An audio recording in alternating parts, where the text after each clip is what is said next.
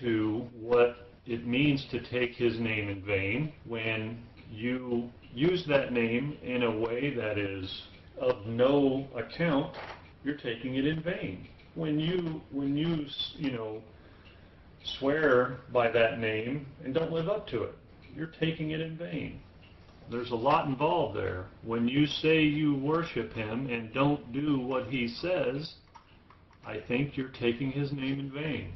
And when you claim to be one of his followers and you don't do what he says, you're basically making his name, you're treading on it, basically. You're giving him a bad name because you're saying that you're acting on his behalf or you're one of his people, but your conduct is not becoming, basically. Verse 12, observe the Sabbath day to keep it holy as Jehovah your Elohim commanded you. 6 days you shall labor and do all your work, but the seventh day is the Sabbath to Jehovah your Elohim. On it you shall not do any work, you or your son or your daughter or your male servant or your female servant or your ox or your donkey or any of your livestock or the sojourner who is within your gates, that your male servant and your female servant may rest as well as you. You shall remember that you were a slave in the land of Egypt, and Jehovah your Elohim brought you out from there with a mighty hand and an outstretched arm. Therefore, Jehovah your Elohim commanded you to keep the Sabbath day. Therefore, what does that mean? Therefore, well, it says you will remember that you were a slave in Egypt, and he brought you out. Therefore, you shall remember the Sabbath day. That's why you should remember the Sabbath day, to realize and to remember and to reflect on the fact that he took us out of that system. It's all about coming out of what this planet has become. When creation fell into a state of sin, from that moment forward, we've had an obligation to come out of that. It's getting more difficult because we're so far in it, we can't even see the fact that we're in it, in a lot of cases. Honor your father and your mother, as Jehovah your Elohim commanded you. Why? That your days may be long, and that it may go well with you in the land that Jehovah your Elohim is giving you. That's tantamount to a promise as far as I can see. You honor your mother and your father, and your days will be long in the land that he's giving you. You don't see a lot of honoring your father and your mother these days. And if the government has its way, mothers and fathers will have no ability to raise their children the way Jehovah would want them raised, because it'll be illegal.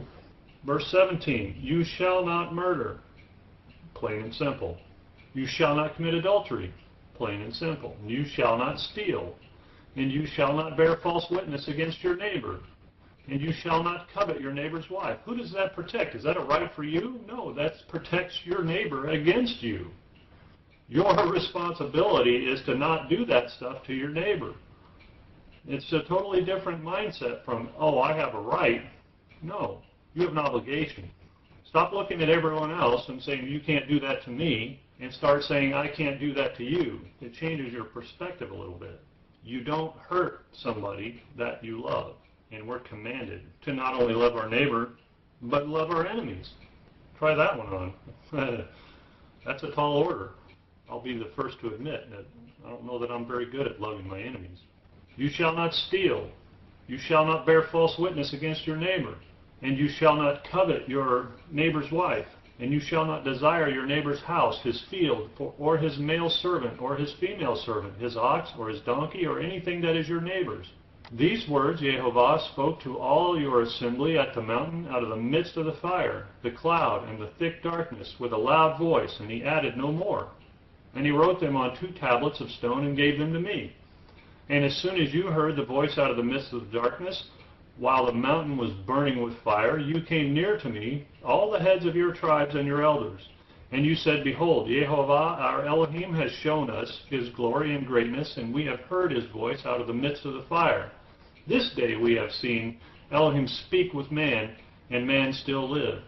Now therefore, why should we die? For this great fire will consume us. If we hear the voice of Jehovah our Elohim any more, we shall die.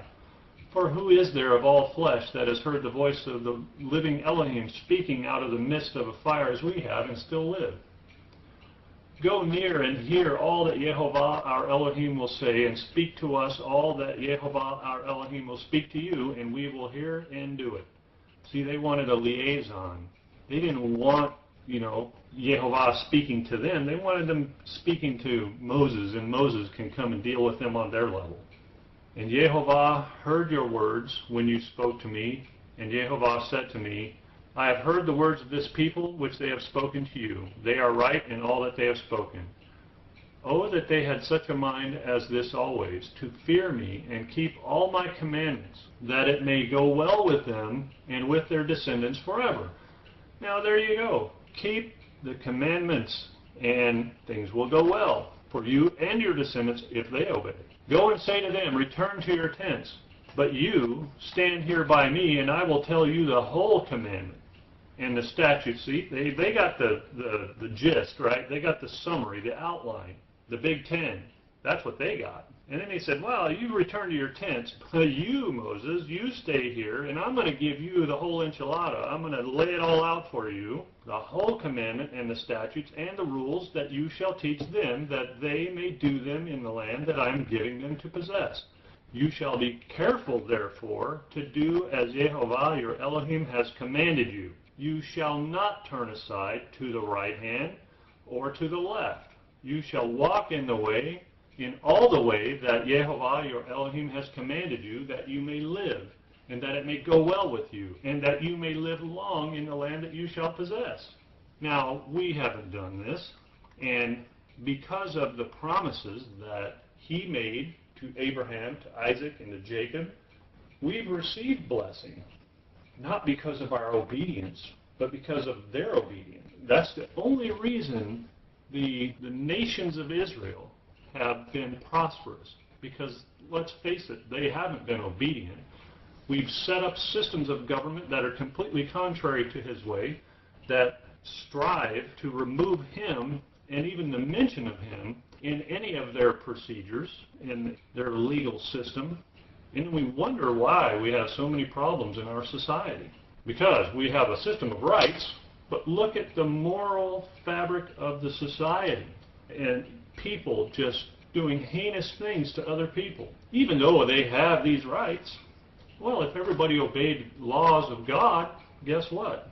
No problemo. We're automatically protected. Turning now over into Deuteronomy 6.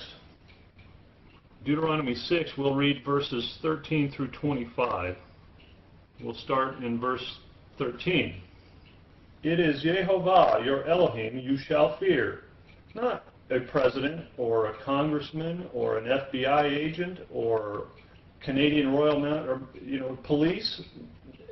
These people, man is not to be feared. It's Yehovah your Elohim you shall fear. Him you shall serve. Right? That's who we serve. And by his name you shall swear. Now here we're told to swear by his name. If we're going to swear by his name, then we have to know what that name is, and we have to be able to say it. Saying the word God is not offensive. He's not always called by his name. He's referenced as an Elohim, as Eloah. He's referenced by many other titles. So the term God is simply a translation of the Hebrew term Elohim. He is our God, and his name is Yehovah. So, or at least that's the best pronunciation I can come up with for it. So it's not a sin to say, the God of Israel, the God of heaven, the God of earth, because that's what he is. He's the Elohim of the heaven and earth. And we serve him, and we are told to swear by his name. And it also says, you shall not go after other gods, the gods of the peoples who are around you. Look at all of the pantheon of gods that exist in this society today. We've made money a god. We've made our rulers gods. When people flock to see politicians and they cry and, what is that other than a form of worship?